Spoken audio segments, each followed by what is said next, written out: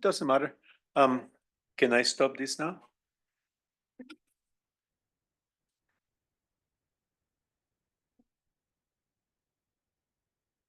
I don't know how to do it.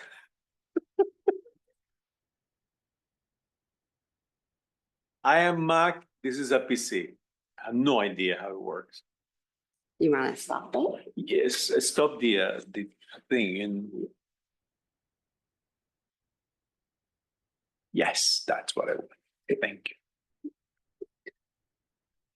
So I guess we have to start. Finally.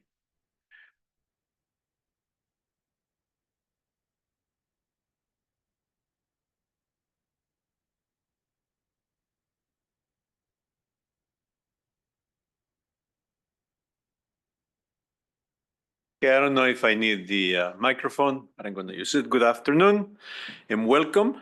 My name is Milton Machuca Galvez. I am the Spanish, Portuguese, Latin American, and Caribbean Studies librarian at KU.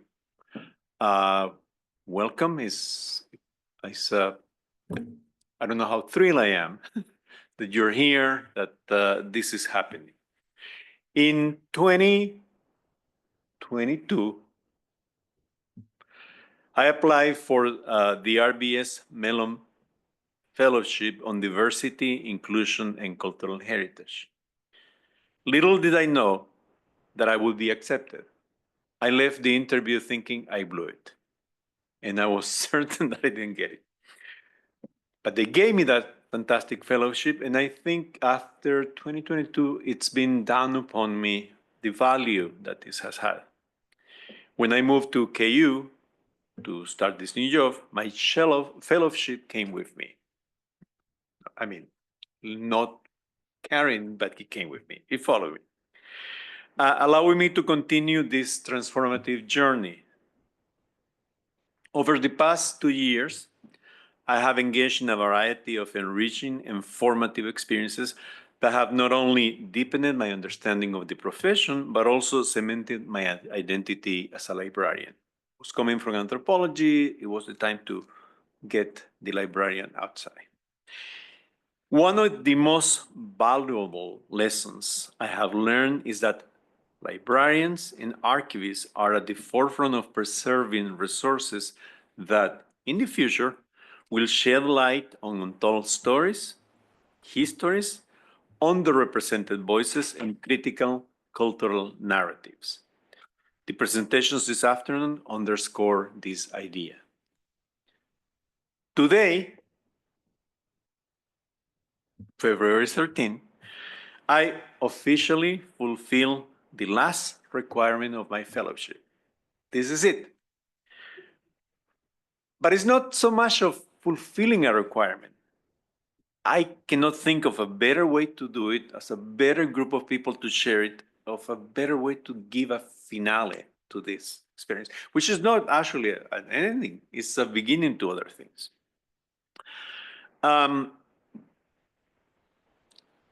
I've been lucky that my colleagues from Spencer Research Library accept my invitation and get on board. I should say with a lot of gusto.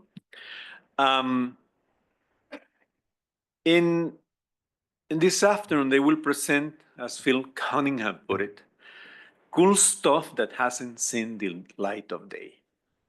Okay.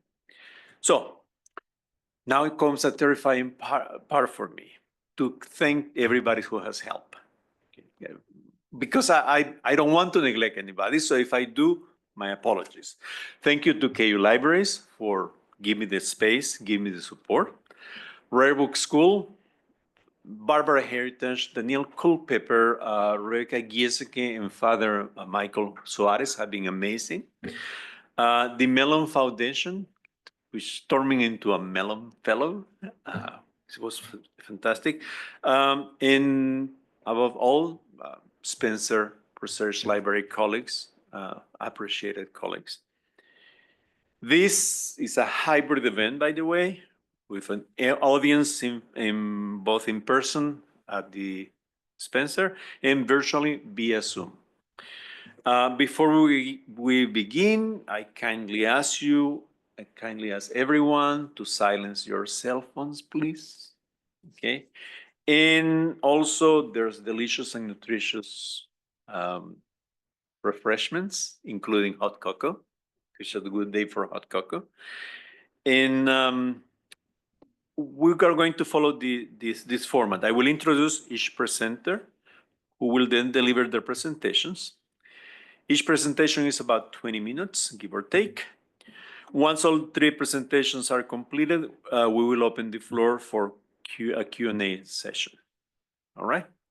So the first presentation is titled Cataloging Visibility, LGBTQ plus Scenes in the Wilcox and Kansas Collections. Jamie Grutzima Seifi and Adrian Sanders presenters. Let me give you a brief biographical information of both. Jamie is the Rare Materials Cataloging Unit Head at the Spencer Research Library. Previously, Jamie has worked as the Archives and Special Collections Manager at Naropa University. Where is that? Okay, Boulder, Colorado. And the Technical Services Librarian for Rare Book Schools at the Denver Botanic Garden. Jamie holds an MLIS from the University of Illinois at Urbana-Champaign. Additionally, Jamie's recent and forthcoming publications can be found at International Information and Library Review, Jacket 2, The Index, Full Stop Quarterly, and Annulette, Journal of Poetics. Adrienne earned her MLIS from Emporia State University. She has over 20 years of experience working with Spanish and Portuguese language materials and special collections, and has performed recent research on cataloging and metadata competencies for librarians. Her expertise spans a wide range of materials, from historical texts to contemporary publications. As a rare materials cataloging librarian at Spencer Research Library, she is responsible for the original descriptions of materials ranging from pre-modern manuscript to current scenes. And now, without further ado, Jamie and Adrienne. Thank you.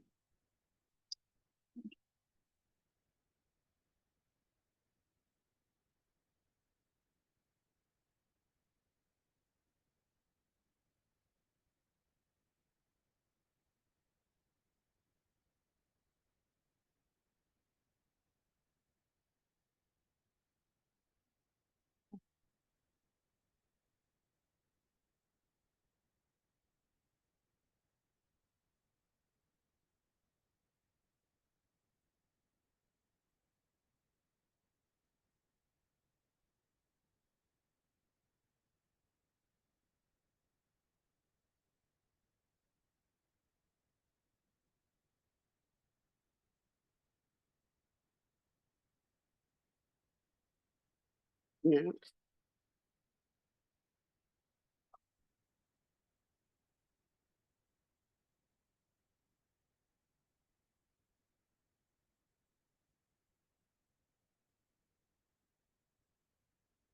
Which ones? The notes are showing. It's not showing the notes. Okay. Okay.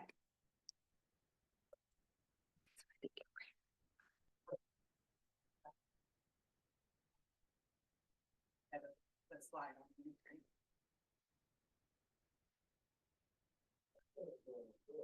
Yes.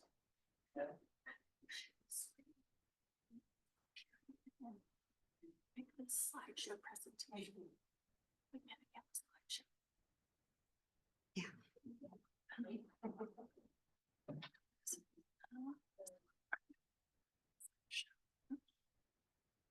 Now is the moment to gain. I'll let this finish.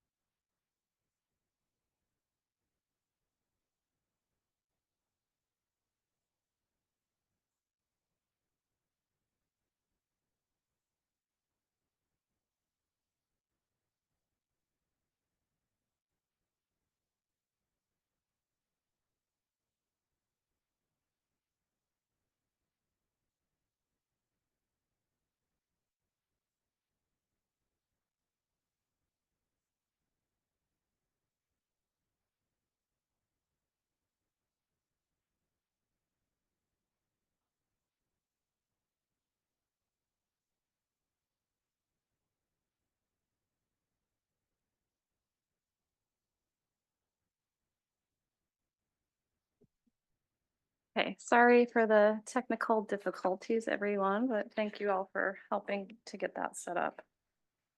Just starting my timer. Okay, so thank you, Milton, for that very nice introduction. It's great to talk with you all today. Is that better? Okay. Lovely to see so many people in person and virtually. My name is Jamie Hitzma-Saifi, and I'm the Rare Materials Cataloging Unit Head here at the Spencer Library. Today, Adrienne and I are going to be talking to you about the challenges and successes of cataloging LGBTQ plus materials in a talk called Cataloging Visibility, LGBTQ plus zines in the Wilcox and Kansas collections.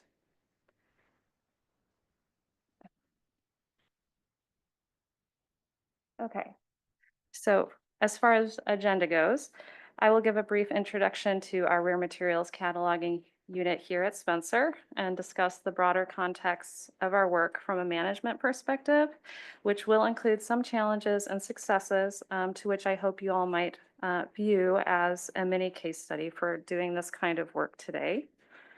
Adrienne will share examples of cataloging work she has done and decisions she has made to address the descriptive needs and priorities of the unit.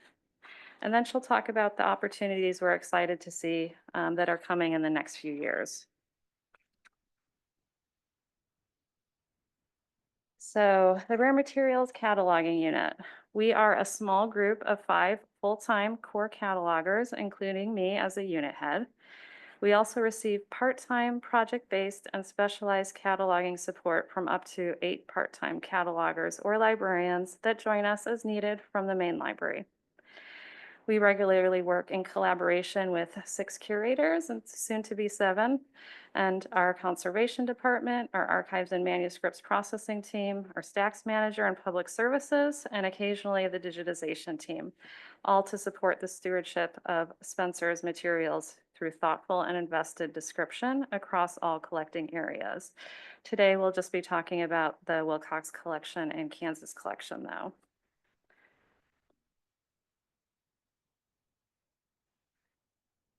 So like in many cataloging units, there are a lot of moving parts. We have backlogs, we have new acquisitions, we have several ongoing projects, and we have a range of priorities that are managed daily in service to our broad and growing communities of library users, those on and off the KU campus. Importantly, this includes the LGBTQ plus communities, as well as those materials whose subject areas may overlap with the interest areas and access needs of these communities and broader ones. And though we don't have a stated LGBTQ plus collection necessarily, we have some really wonderful stuff. For example, here are a few images of Gay Sunshine, a newspaper of gay liberation, which is in the Wilcox collection at RHWLG 772. This journal was produced and published by Winston Leland in the early 1970s through the mid-1980s. It's notable for giving a voice to the lived experiences of the LGBTQ plus community. It includes action and advocacy alerts, news stories, philosophical essays, letters to the editor, and interviews with authors. And for example, there's a interview with Christopher Isherwood. And then just show a few more images from this journal. So as we work with these kind of materials, we as catalogers want to ensure that we are in the first place describing them with respect and also accuracy beyond the core level. And when they come to us as rare materials, they're treated as significant cultural artifacts, as they are, that express the many voices of our human community. They provide perspectives on historical acts, events, and were often not published in popular media. So we work to describe these materials for us today and future readers. So I will just briefly talk about this, and Adrienne will spend more time with it later. But some of the main ways that the cataloging community has moved to evaluate best practices and cataloging standards is through advocacy work around subject headings and authority work. So many will know that the Library of Congress subject headings is a main tool for catalogers to provide access points for works.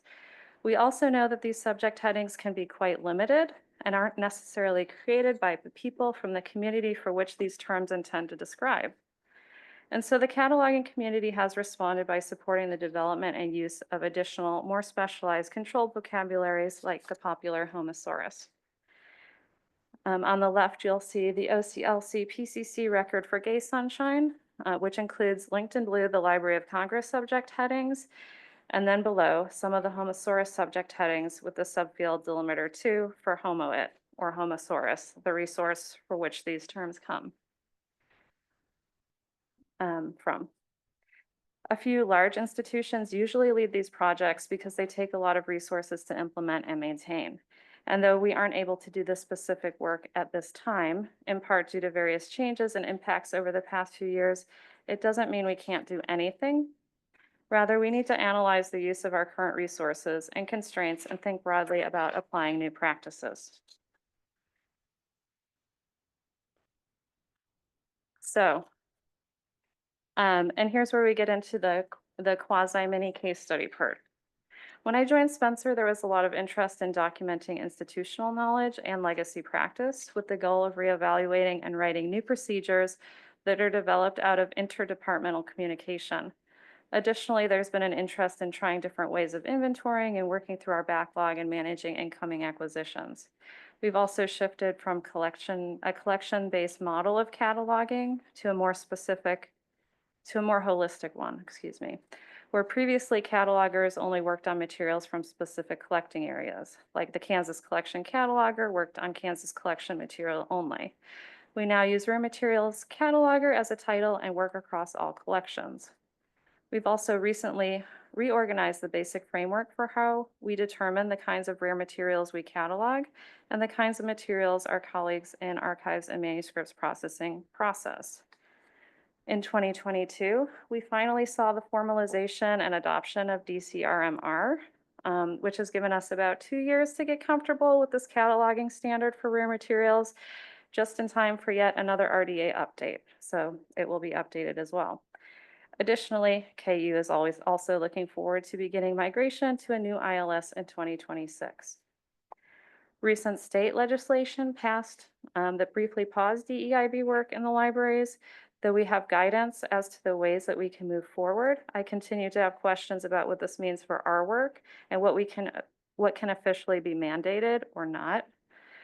And like many other libraries, our unit has had several retirements from 2019 to 2023, which of course has created vacancies and some loss of institutional knowledge. And I'm grateful that our library's administration values these positions and has ensured that they continue to be filled. Still, it takes time to hire and train new colleagues, especially in the midst of many changes. Our unit has had 1 or more vacancies consistently over the past 2.5 years.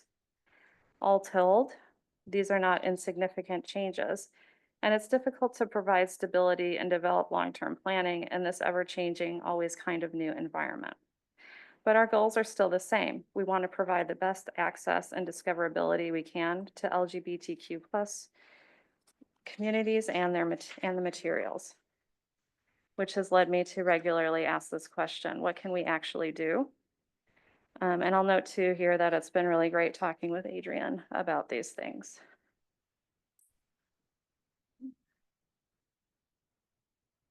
So our successes. As a first step, we need to be honest about what we can do successfully with the resources we have, even if they are limited. We need to understand that the notion of success looks different to every rare materials cataloging unit, and we need to remember that things take time. One thing we've done is to rework our procedures for catalog fixes by allowing these to come directly and immediately to me through email and sometimes during meetings. Being more readily available and open to communication has meant receiving more catalog fixes than our unit typically has, but also broadened the scope of the requests we receive, from typos to reparative work, like addressing dead names and offensive subject headings. This is a way that we can address materials that have already been cataloged. We're also attempting to bridge legacy practices across collecting areas. In the past, Spencer was physically separated by collecting area, each having their own reading room and cataloging and classification practices. These still impact us. But as we move to develop more consistency in our workflows, we can start to provide guidance for working on LGBTQ plus materials in a similar manner and work on building descriptive connections across, say, both the Wilcox and Kansas collections. I've also experimented with managing our priority I'm so sorry. I've also experimented with managing our priority cataloging queues to ensure that incoming LGBTQ plus materials and materials from our African American Experience collection receive full attention and are cataloged in a timely manner. The last 2 points intend to get to any new materials coming in. And of course, staying informed with what our colleagues in the field are doing always provides the opportunity for us to discuss particular practices and provide support to our own workflows so that we can continue to develop and enhance our own descriptive practices for LGBTQ plus materials. So thank you, and I'll hand it over to Adrienne to give you more specific examples. Thank you, Jamie. I'm gonna move these because you're not in the frame. Okay. Yeah, that's better. My name is Adrienne Sanders. I'm a rare materials cataloging librarian here at Kenneth Spencer Research Library. And now that Jamie has told you some of the things that impact our cataloging, I'm going to tell you a bit about how I catalog monographic zines. I started this position in fall of 2023, and at one point, 2 bunches of zines on LGBTQ plus topics came across my desk. While I was creating records for them, I started to think a little more deeply about how I catalog them. And by the time I got to the second bunch, I started to consider whether I could improve the records without waiting for any major systemic change. So I ended up looking back at recently and not so recently cataloged zines and thinking about how well the records provide access, as well as how well they follow cataloging rules. And in this context, I'm using access just to mean the type of catalog search that a library patron might do, using keywords or subject terms, which is the meaning of access that catalogers are most involved in. The examples I will show you today are from the Kansas collection and the Wilcox collection of contemporary political movements, and thereby a couple of local artists and authors. So we do traditional MARC cataloging using RDA rules, which looks like this when displayed in the search interface without all of MARC tags. This record is for a zine called HRT Resources and Action Items in Missouri. We've got a basic physical description, and we've got zines in the genre heading. So if you get the word zines anywhere in your search, you're going to find these. We use Library of Congress subject headings for topical access, which, as Jamie mentioned, do not always do an adequate job of describing content, and sometimes use language that is outdated, offensive, or lacking in precision. That said, an informational zine like this is a bit easier to assign subject headings because the concepts are clear. The zine happens to have the subjects pretty much stated in the title, and the abbreviations get spelled out in the field for variant title. We end up with the same terms repeated in the subject headings: transgender people, hormone therapy, and Missouri. So when someone does a search for any of those things, they'll find this record. I can't really complain about how it describes the topic of the zine. However, the one thing I think I would add is a note describing what's in the zine, because the zine is QR codes linking you to various websites, resources, and information and stuff.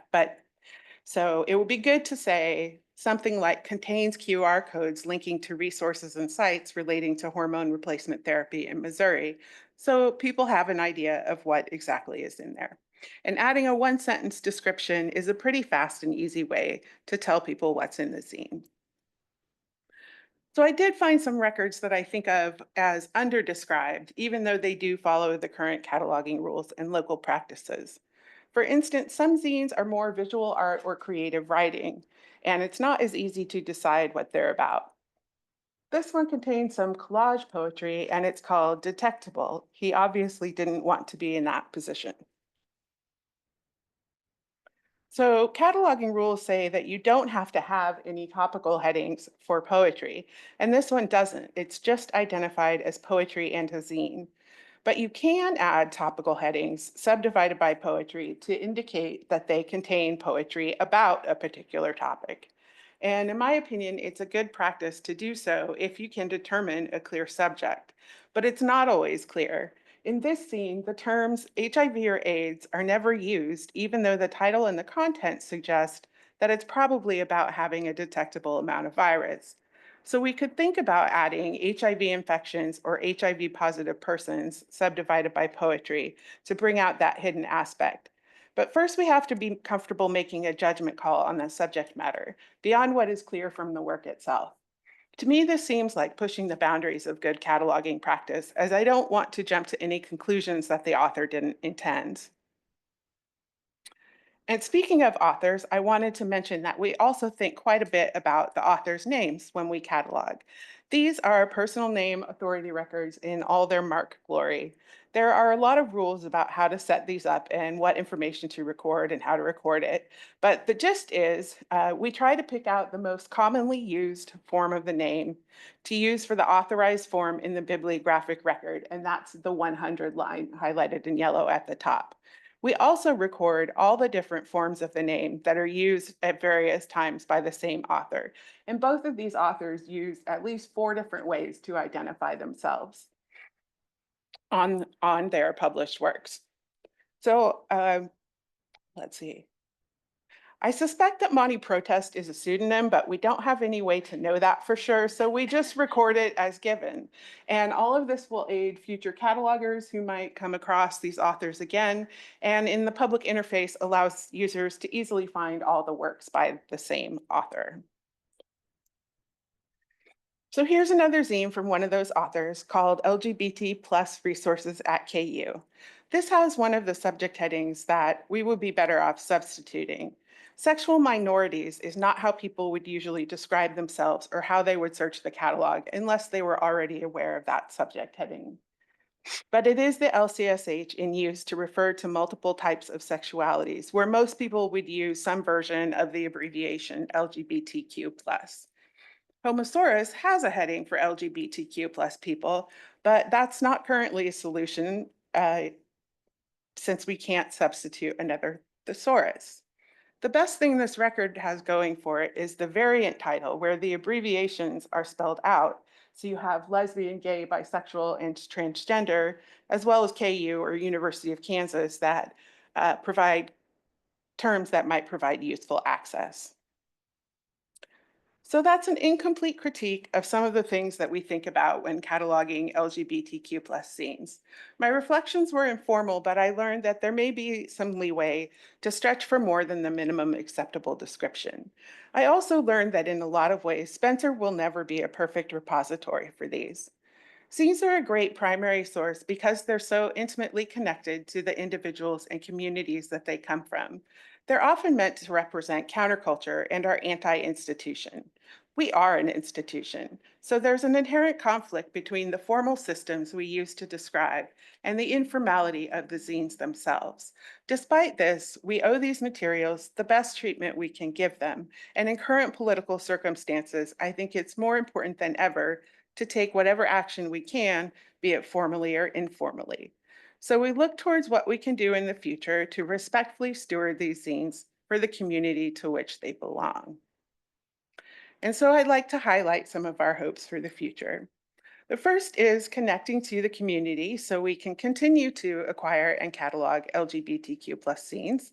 This is really for curators to continue to do, not for catalogers, so I won't say much more. Other than that, we hope to be hiring a new curator for the Wilcox collection this year. Secondly, we would very much like to develop and formalize a policy to update language used for LGBTQ plus topics, whether that is using homosaurus vocabulary or something else. As Jamie mentioned, the university is getting a new library services platform in 2026. So changes to vocabulary would need to be instituted after that, but the system itself may make this an easier goal than it has been in the past as far as the technology goes. And there's nothing stopping us from beginning to discuss it now.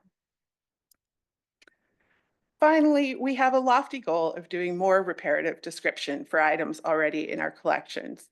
Currently, we will update, change, or add description by request from the curator. But at a minimum, we'd like to ensure that whatever changes would apply to newly cataloged items would also be applied retroactively.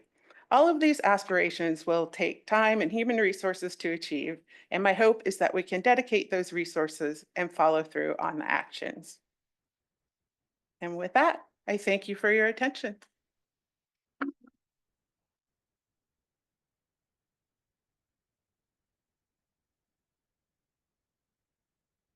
Thank you, Jamie. Thank you, Adrian. I want to be in the frame. So our next presenter, Ms. Letha Johnson. The title of her presentation is Beyond the Archives, Documenting Student Life from Underrepresented Communities at KU. First, let me tell you something about Letha. Letha has served at the university archivist at KU since November 2021. She has been with the university since July 2008, previously working as associate archivist in the university archives from 2008 to 2019. As a curator of the Kansas collection from 2019 to 2021, and before joining KU, she spent 13 years at the Kansas Historical Society's State Archives and coordinated Kansas History Day. Ms. Johnson holds an MLAS and a Master's in History from Emporia State University and is a certified archivist as well as a certified digital archive specialist. It's amazing the things you learn about your colleagues when you read your bio. Without further ado, Letha Johnson.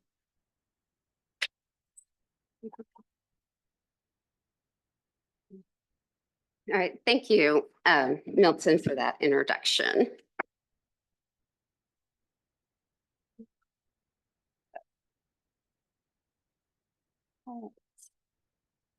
So well, that didn't work out as I thought it would. First of all, I wanted to start with a little bit of background on what University Archives is here at the University of Kansas. So we are the official repository for the university's records, but we're also responsible for documenting the overall history of the university. So we collect materials related to campus, the student life, athletics, buildings, our faculty, and as well as our student and campus organizations here. And so that, to me, documenting the history of student life is an important yet difficult part of the history to document. Right now, there are currently only 2 full-time members in University Archives, myself and the associate archivist, Molly Herring. And we have 2 student assistants who work between 10 to 20 hours a week with us as well. So what makes documenting student life so difficult? Well, first, we have to track when groups are created, when they change their name, and then when they disband. And there's no real good way to do that. Additionally, a lot of the communications that they put out is via social media, which is extremely hard to document. The platforms don't like us doing that. And they're always changing, which just increases the difficulty of that as well. Many of the organizations are unaware that we would like to collect their materials and that we also want to work with them on stewardshiping those materials once they are here or if they maintain them themselves, as well as telling their stories. We really want to get those stories out to a wider audience. For this presentation, I have chosen to focus on organizations that center Hispanic and Latinx students, particularly the Latin American Student Union. And I have chosen to do so because this demonstrates some of these difficulties in documenting these groups. So to begin with, when I first started working on this, I gathered a list of organizations that I knew about that seemed to center the Hispanic and Latinx students. The first one I came across was oh no, I'm not gonna be, thank you, Milton. It was started in 1911 and was the earliest organization that I thought would cater to these students. And then the second one was Los Amigos. Now, it's unclear if these are actually the same organization or not. But I pretty soon realized that neither of these groups were really comprised of Hispanic or Latinx students. Instead, they were students interested in furthering the study of the Spanish language, literature, and culture in the university. Both of these photos came from the Jayhawker yearbook, and that is one of the ways we can document student groups that we don't know a lot about. The early yearbooks, as you can see from the one on your right, the picture, it gives a little bit of information about what the group is about. So next I turn to a group that I was familiar with and knew a little bit about, and that was Mecca. So I knew that the organization was previously called the Association of Mexican American Students, but I didn't know for sure if this was just a name change to Mecca or if Mecca was a completely separate group. And I also was unsure if Mecca was the same as Halo, which was active during the 80s and 90s. But I did know that Halo did change their name to the Latin American Student Union. So by digging into the limited amount of records that we have a small document case of records related to Mecca, and we have a cubic foot box or a banker's box, if people are more familiar with, of records from Halos. So I dug through these records to confirm the information that was listed on the LSU website. And here are some of the dates. So by going through those records, I was able to confirm that these are all the same organizations, and you can see the various dates for them listed here. So, so each of these groups, although they changed their names, their purpose throughout the years pretty much has remained the same. They want to create a community for Hispanic and Latinx students and help celebrate their different cultures, and also help with providing leadership opportunities. For several years, they sponsored a symposium that was focused on leadership for the students. They host various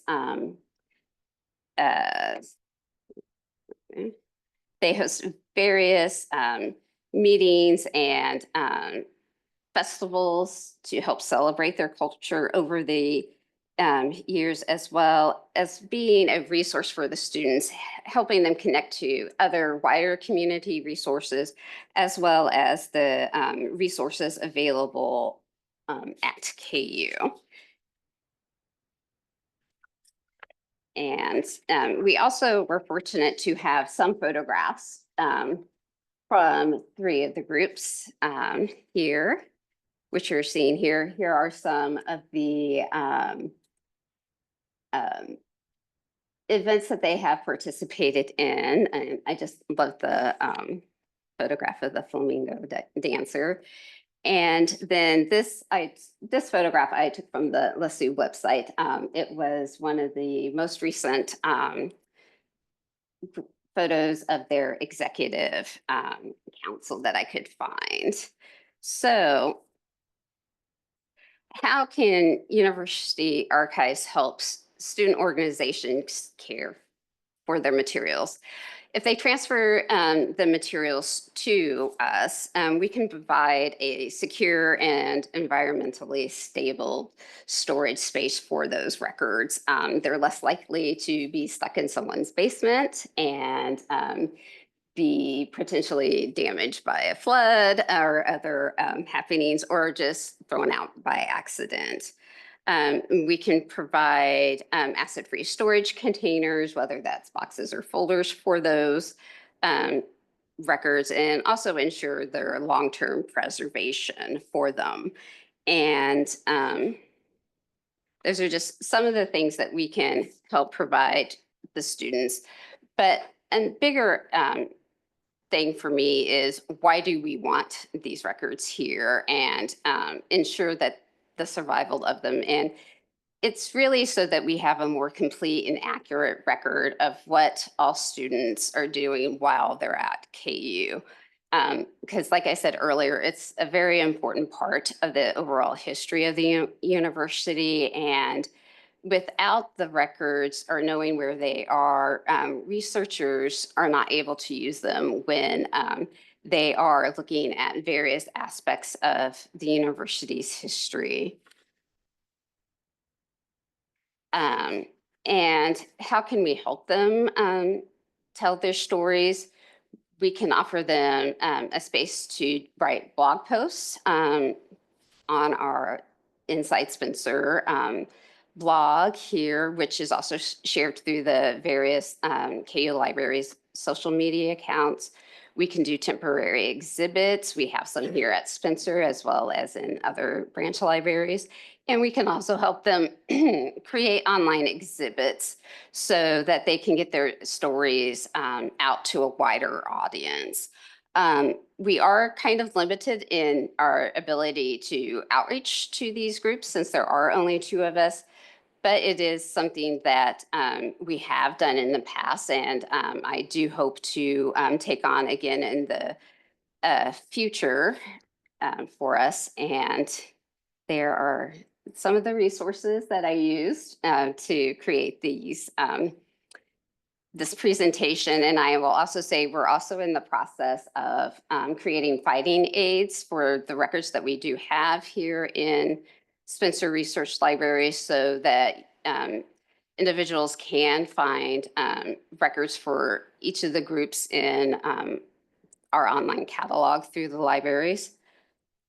And then that is the contact information for myself and Molly Herring. If any of you belong to any student or other campus group and would like to reach out to us, this is the best way we can start bringing out those hidden histories within the university. Great. Thank you.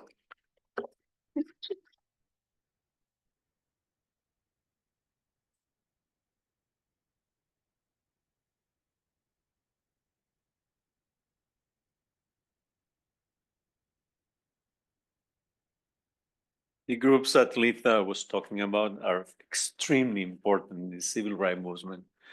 And I told you, it's cool stuff that hasn't seen the light of day. This is really great. Our third presenter this afternoon, Phil Cunningham, and his presentation is titled Everyday Narratives, Revealing Personal Papers and Family Collections in Kansas Spencer Research Library. Wait, sir. Phil Cunningham is the curator of the Kansas collection at Spencer Research Library, where he oversees a distinctive archive documenting the history of Kansas and its people. He earned his MLIS from Pratt Institute in New York and has a decade of experience in archival work. For the past 2 years, he has served in his current role at the Spencer Research Library, KU Libraries, focusing on collection development, donor and community outreach, and promoting the Kansas collection through new acquisitions and engagement initiatives. Phil Cunningham.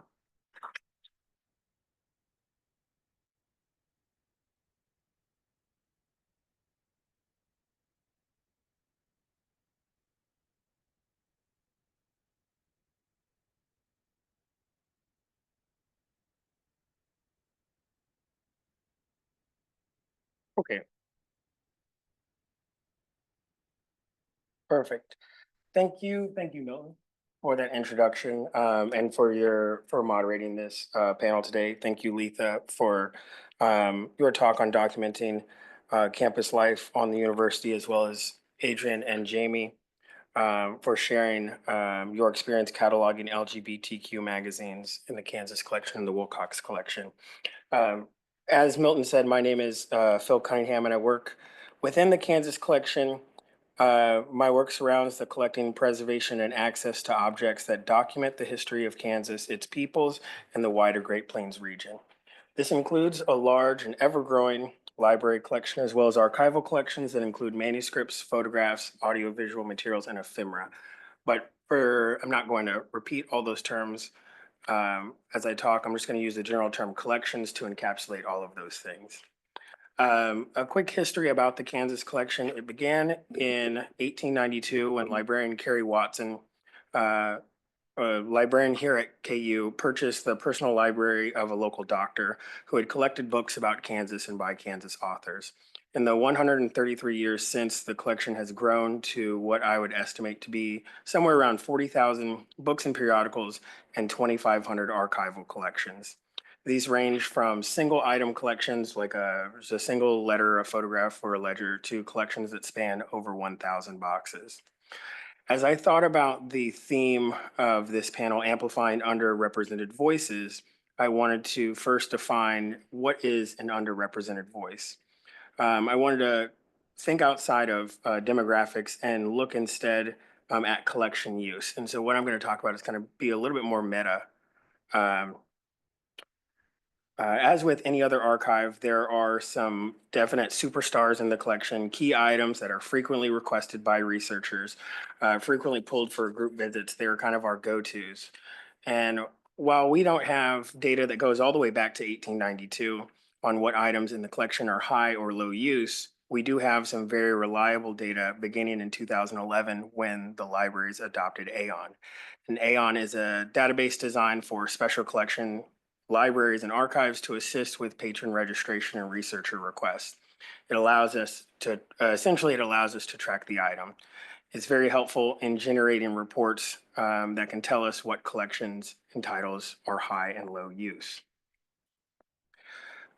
This next slide that I have here is just kind of a snapshot of one of the reports that has been generated from AON showing collections, and then highlighted in the red bracket is the checkouts in the past 14 years, 2011 through the end of 2024.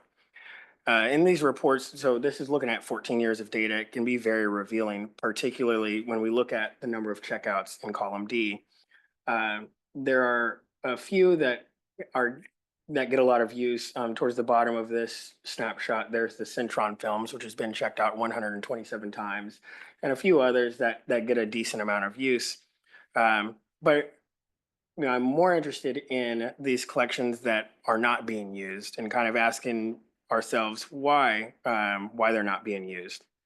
One of the reasons I want to note is that a collection might show up in these reports as low use is that it's because it's a new collection.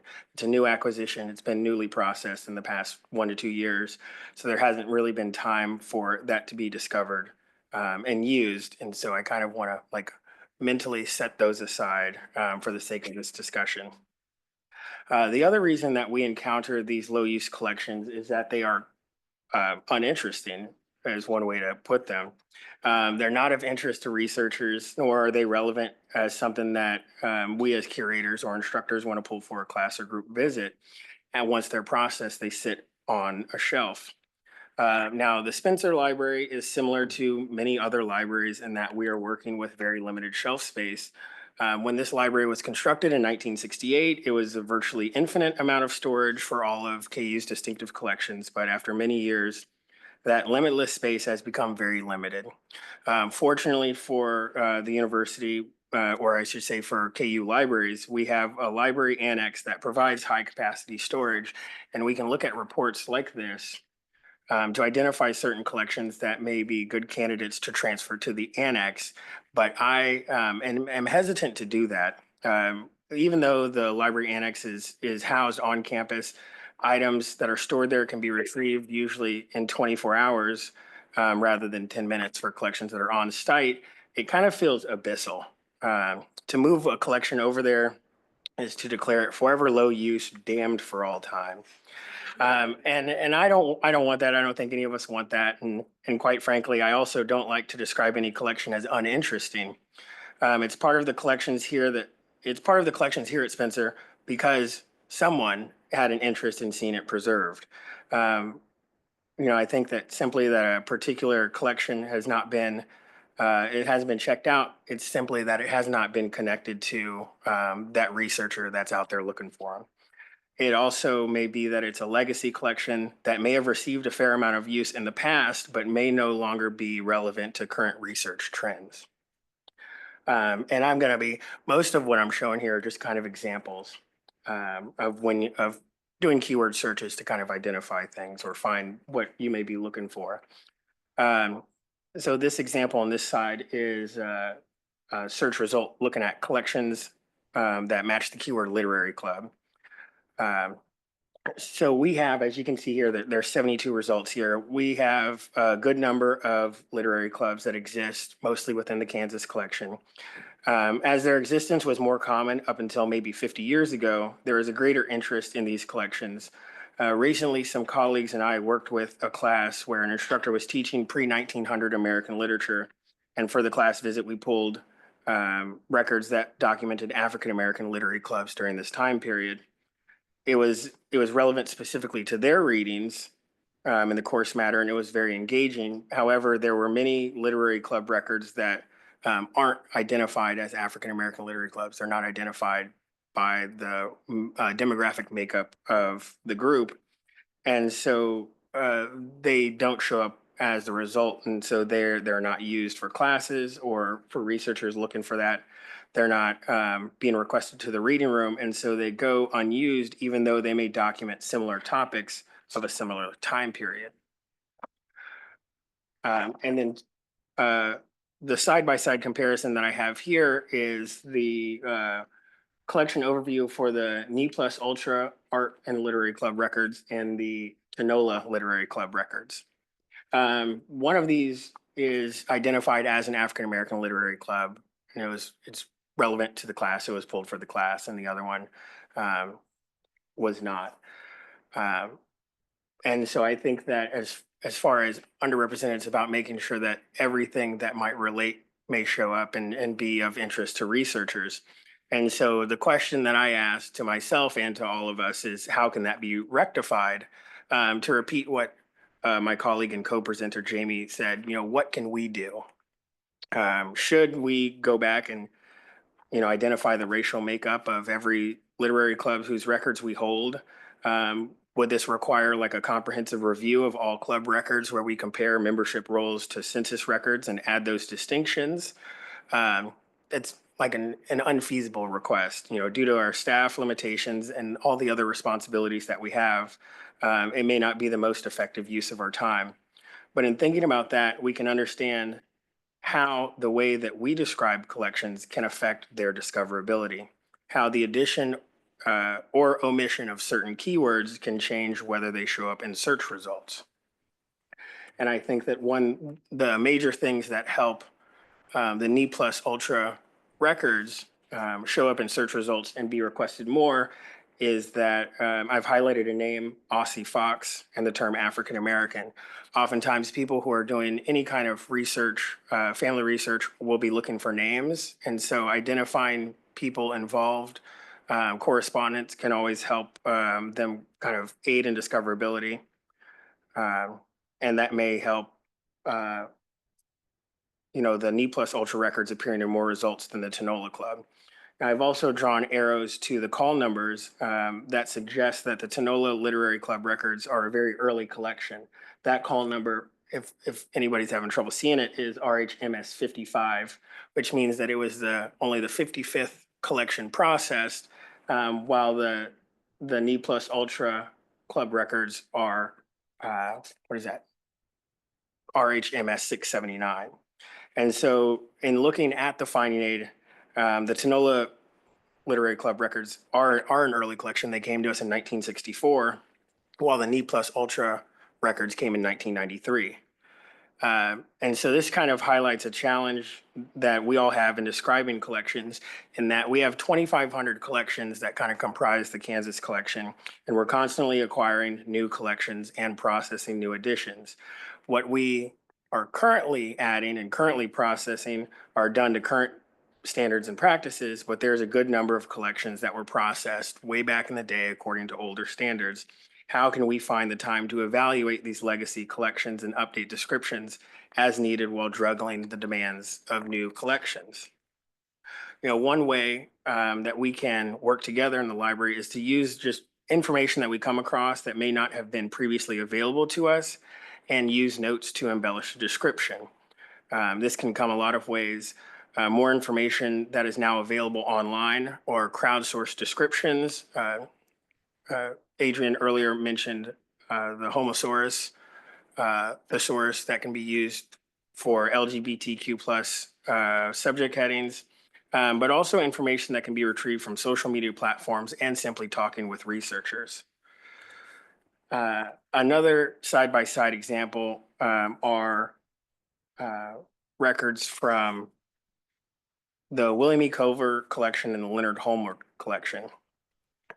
They are two photograph collections, but they were processed at different times, and the way that they were grouped and described are slightly different. The collection on the left, the William Culver photo collection, gives a general grouping of farm buildings and equipment, while the collection on the right, the Leonard Holman collection, groups photographs by format and then groups them by photographer or studio. In some of the photos, the subjects were later identified. In both of these cases, we're looking at the same person. Under the Culver collection on the left, this record covers folders 84 through 96 of the box and describes it collectively as images of barns, hay, farm equipment, and animals, but a note added specifically identifies that one of these images as being log cabins situated on the Shunganunga Creek, which is modern-day Topeka, Kansas, and belonging to Potawatomi Chief Abram Burnett. And then on the right side within the Holman collection, a note added later identifies that same Chief Abram Burnett. And so instead of rearranging these items or changing the folder label, a quick descriptive note is added to aid in discoverability. If myself or another researcher is looking for materials related to Potawatomi individuals or specifically Chief Burnett, these two items now appear in results. Just as so, other collections may have the photographs described by subject, and then a later descriptive note may list the photographer or studio. These are low threshold edits that can be done to aid in description. And with, hopefully I still have some more time, but with my remaining time, I want to shift to illustrate how an individual's personal papers can be connected to larger themes and movements. Trends that I find particularly when talking with researchers are how we can look for early examples of contemporarily defined concepts. And for this example, I will use feminism, because this is something that just came up with another class visit. This is a Google Ngram of the commonality of the word feminism and feminist as it appears in text found in Google Books. And you can see very clearly between both the terms that the 1970s is really when the word enters our collective vocabulary. And so when we have researchers looking for collections that document feminist activities, the first keyword typically would be feminism or feminist. But in searching our collections, on the left side, we have the search, the results here for feminist, which lists 19 collections. And it's not misspelled. I replaced the last letter with an asterisk to combine feminism, feminist, and other endings of that keyword. On the right are the results for a more general term, women, where we have 318 collection results. And while I cannot speak definitively, because I have not gone through all of these collections, I'm sure that there are more than 19 collections that document feminism and feminist activities. I use this term as an example because it's very clear that we have hundreds of collections that document women here in Kansas and on campus, but a lot of them, I presume, were processed many years ago at the time when feminism was not nearly as common to use.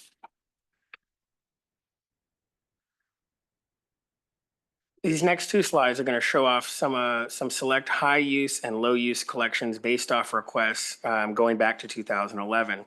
The top left there is the League of Women Voters of Kansas, which has been pulled a fair amount of times. 43 requests have been made in the past 14 years.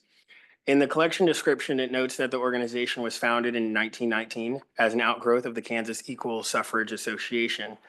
On the top right, there's the Women for Racial and Economic Equality records, which has seen a similar amount of use from researchers. I want to add that that is a national organization, which can make it more relevant to researchers outside of the state. And at the bottom left is the overview description for the records of the Spinsters Books and Webbery. As it does document a local Lawrence organization, this collection is certainly one of our go-tos for class instruction, and it has been requested 111 times, almost more than twice the other two records. Of these three collections, only one of these would show up if you search for feminism or feminist, and that is the Spinsters records. And I think that may be at least one of the explanatory factors in the significant difference in use between the Spinster Books and Webbery records and the other two. Compared to that, let's compare that to these other three select collections: the Anne Schofield papers, the Florence Lydia Snow papers, and the Hazel Anderson papers. All of these three have relatively low request counts. Something else that all three of these collections have in common is that they are older legacy collections. Professor Schofield donated her papers in 1983, and since 2011, the collection has been requested only twice. The biographical note for this collection says that she is currently teaching in the Women's Studies Department, but that is no longer the case. In the 40 years since she has served as chair of the department, is retired as emerita faculty, and the department has changed names. The Hazel Anderson papers came to Spencer in 1976. The Florence Lydia Snow papers were first donated in 1943. I would suspect that if these collections were donated today, they would be processed to current standards. They would be more up to date in their facts and use terminology that's more familiar to us and researchers. There may be an opportunity before us to identify collections such as these that do not have contemporary subject headings and look at what can be added to help them be more discoverable, or perhaps an even larger project at hand to look at and reevaluate legacy collections that have come to the Spencer up to a certain year. Again, as helpful as these projects may be, finding staff time between all other responsibilities will be difficult. What we can do is keep up with what is being written about and taught in classes to try and identify subject and themes among collections that we have not previously considered. Scholarly journals in the profession like RBM and American Archivists can inform on trends and practice, but being aware of what's published in the American Historical Review, the Journal of African American History, and the American Quarterly can help us stay informed at research trends from a researcher's perspective. And my recommendations are very U.S. history centric because that kind of relates to the collection that I work with. But of course, there are other more relevant to different aspects of special collections like Speculum for medieval studies or others. And I'll just close by stating that I hope that the topics that I've brought forth and the others have presented can foment some ideas on how we can bring attention to our underutilized collections.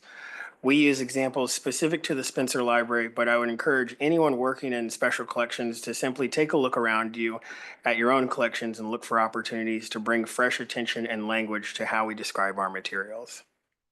Thanks.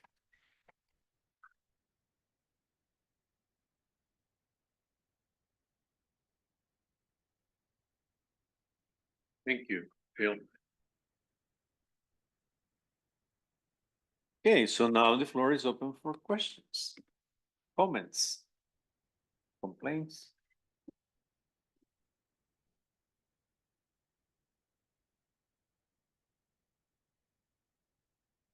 What did I do?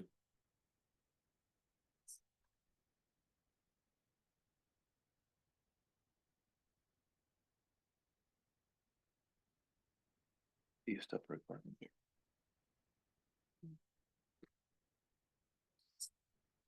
Okay.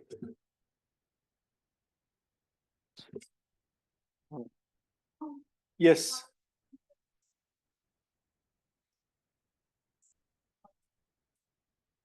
Which is not particularly philosophical or deep. But that one of the examples that you showed, the middle name was fucking. Yeah. And I wanted to ask how you potentially consider spelling and for things of that nature where it's like, do you also include alternative spellings like fucking? Or do you also include spellings like apostrophe? Because people might search for that. If that were the title of something, I would put apostrophe and how it's typed, and then I would put in another version with it typed correctly. And for his name, no. Okay. Because we use the middle initial F sometimes, but every time he writes it out, it's N apostrophe. And so is it N apostrophe? Because in the record, it looks like you didn't include the apostrophe. So I was wondering if you add. Well, I don't remember exactly, but no, I wouldn't for that. I would put so. I mean, already record, we only use that. Oh, that's what it's going to do.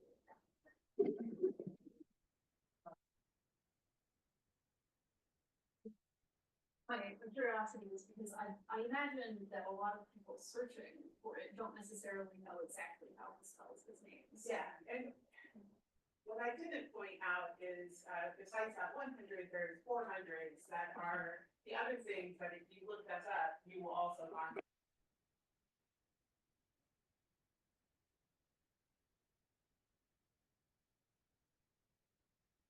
Cataloging some. Any other questions? Yes, Warren. From Cataloguing group, the school collection, is a collection on her published materials on 19th and 20th century American women's history. It just begs to have a better defined description. Because I'm just thinking of the subject matter to be tied into that. So Bill, we had an opportunity to go through collections that need a finer tuning of the description, defining what we could do, stuff like that. Should I? I think it would be a good idea. And I was trying to repeat the question as best as I can. I was looking for a mic, but there's another one. Well, they're theoretically there, but better to be safe. Yeah. So a question was asked in the room on, like looking at one of the example, the Anne Schofield papers. The description was very simple. It was 1 or 2 lines that it was books and research related to her research on 19th and 20th century women. And, what would be the process for us to kind of expand that? Because it's very clear that that needs kind of an expanded description. It's really just kind of like a as you see it or case by case basis, where when you see something like that, it might kind of, when you see the information that is not there, that may warrant a look at the collection. We can pull it. We can, as a curator or in the reading room, evaluate it. And then if we see that deem it necessary, we can kind of bring in the processing team and have it slated to be something that can be processed or reprocessed. That's theoretically, that's the way that we would handle something like that. But in the processing queue kind of goes out for the next 12 to 24 months. And so it's unlikely that it's something that can be addressed in the immediate, but something that we can kind of have on our radar, and then see if that collection by itself is a good candidate to reprocess, or if maybe there's something that we should looking at, faculty papers in general, or looking at faculty from Women's Studies Department in general. And I think in the case of Professor Schofield, because of her longtime connection to the department, seeing if there would be, if we could kind of bring in involvement from the Women, Gender, and Sexuality Studies Department to see if they might be an interested student, or if Dr. Schofield might have more material that they'd like to add. So I'll end it with that. Thank you, Phil. Yeah. Beth? I think this is a question for all of you in one way or the other. Phil talks about trying to stay up to date on research trends and terminology that researchers in various disciplines might be using. What is the role of either the researcher in staying up to date or knowing trends and terms that might be used in the library and archival field, and or communicating with librarians and archivists to make sure that any gaps in description can be bridged by deeper knowledge that the library universe might have other than what shows up in the catalog. Does that make sense? Is it always, is it always on us to meet researchers where they are? And does it matter what kind of researcher it is? Or is there some world in which someone interested in early 20th century feminism, for example, would have some thought process or consultation or whatever about other ways to find that? And that's not a leading question. I literally don't.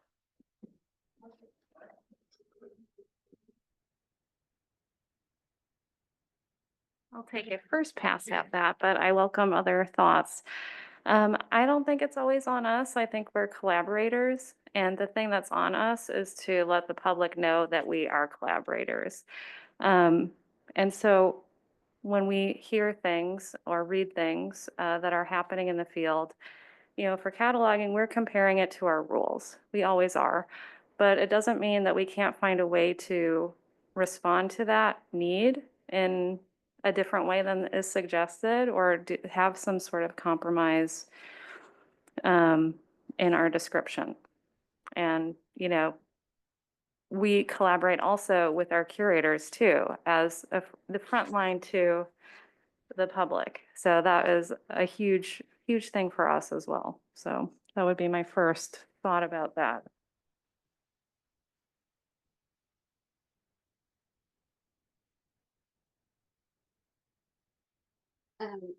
I would just add that I think Jamie is dead on where it's a collaboration between the researcher and the curator, archivist, librarian. It's also incumbent on the library professional to be aware of what the current terms are, but being open to when a researcher does bring us some new terminology to look at how we can incorporate it. I think when we're talking about archival description, we do have standards, but we're not tied necessarily to the strict rules that are involved in cataloging. So again, it kind of goes back to, okay, this is something that's brought to our attention. We need to update the description of it and making sure that we get that into the queue for processing here at Spencer to get those updated eventually. I think it's very much a give and take, and I think it's becoming more so because some terms changed a lot. And it can be hard for just the librarian or archivist to keep up with everything, especially if it's from a group or community that you're not a member of. It's harder to keep track of those changes in terminologies. And obviously some things are like a one-on-one fix, right? So changing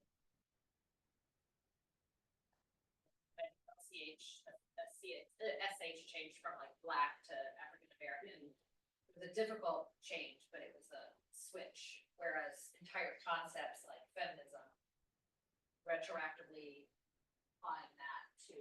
collections be huge. Yeah.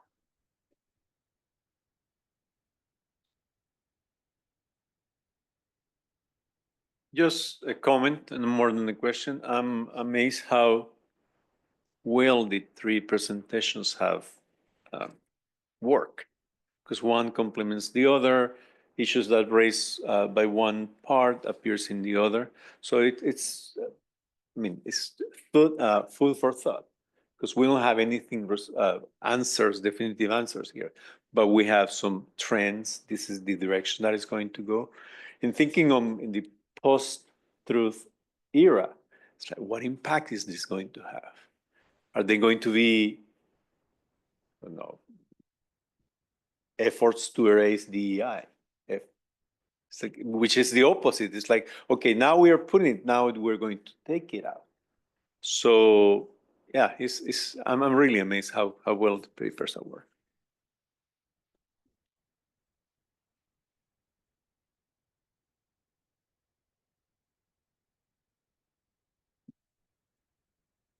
Yes. It's that we talk a lot about your efforts to kind of reach out to all of these student groups who don't necessarily know about you, and don't necessarily know that this is something that you would even do with student athletics. Have you found any experiences with students who, once they do know of your existence, are still reluctant or unwilling to work with you, and how do you persuade them? Yes, that does come up.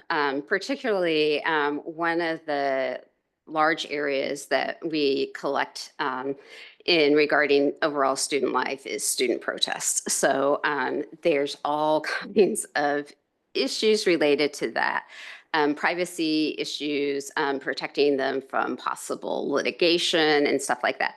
So yes, there is an instance several years ago where from 2015, I talked with members of a group who were doing a lot of protest on campus and raising a lot of important questions.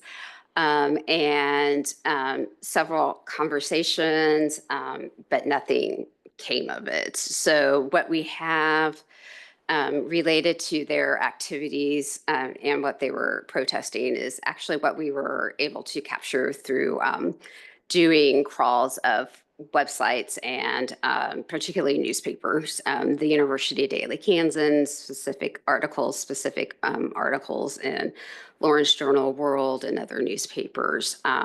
So that happens quite often. I've also reached out to like the Multicultural Greek Council, the National Panhellenic Council, and individual groups to do that. Probably one of the best groups that would fit into underrepresented that we do have a good relationship with and do get materials is the Black Student Union.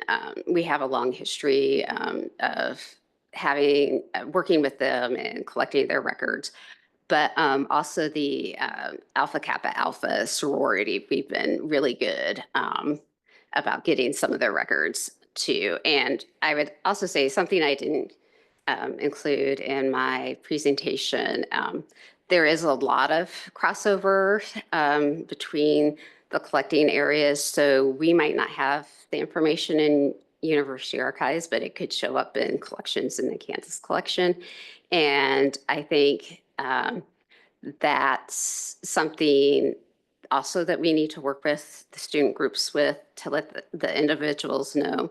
We're also interested in your individual collections, and that may help bring some of that in, even if it's in another collecting department, it's still here and it would still be discoverable. But I think getting them to, again, it's the problem. We are a predominantly white institution, having that trust and really letting them know that University Archives is interested in collecting all sides of any issue that's going on campus is kind of the key. But there are some big obstacles to overcome in that.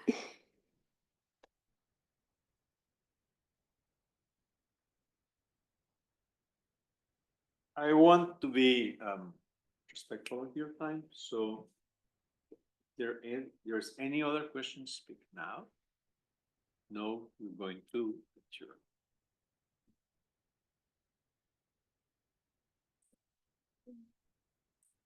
Please.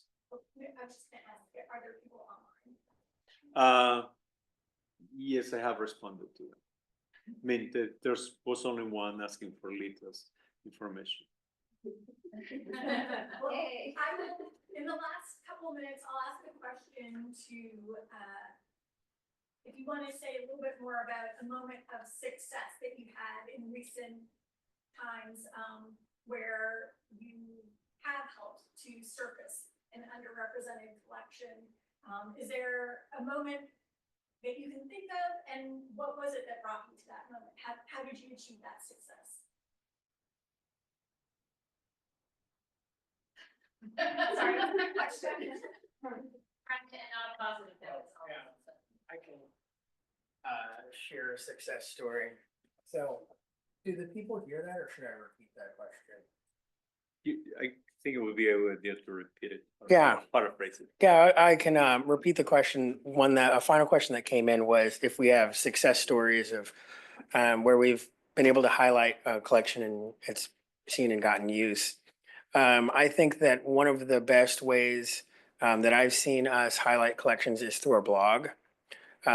There's been, it's kind of a shared duty with a lot of the staff at the Spencer Library.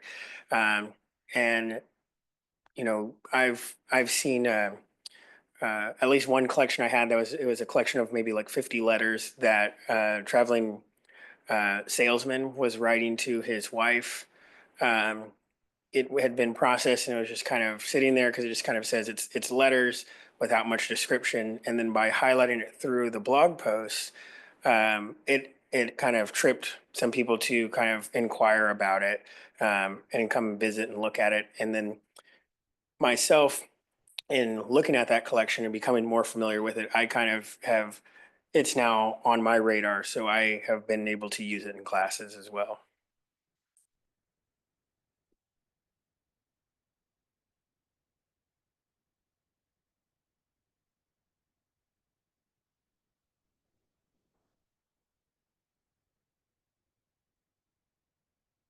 And I'll add that when University Archives, we do a lot of outreach events with other parts of the libraries, particularly our Office of Communication and Advancement with the KU Alumni Association. So when we're putting together those displays, or I'm working on other types of exhibits or displays, I try to bring in a multitude of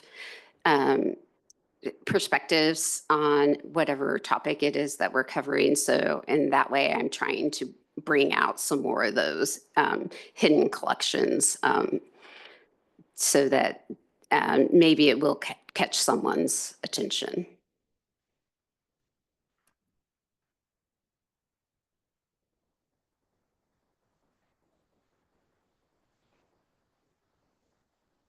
Okay, so thank you very much. Thank you to the presenters. Thank you to the public. Have a nice evening.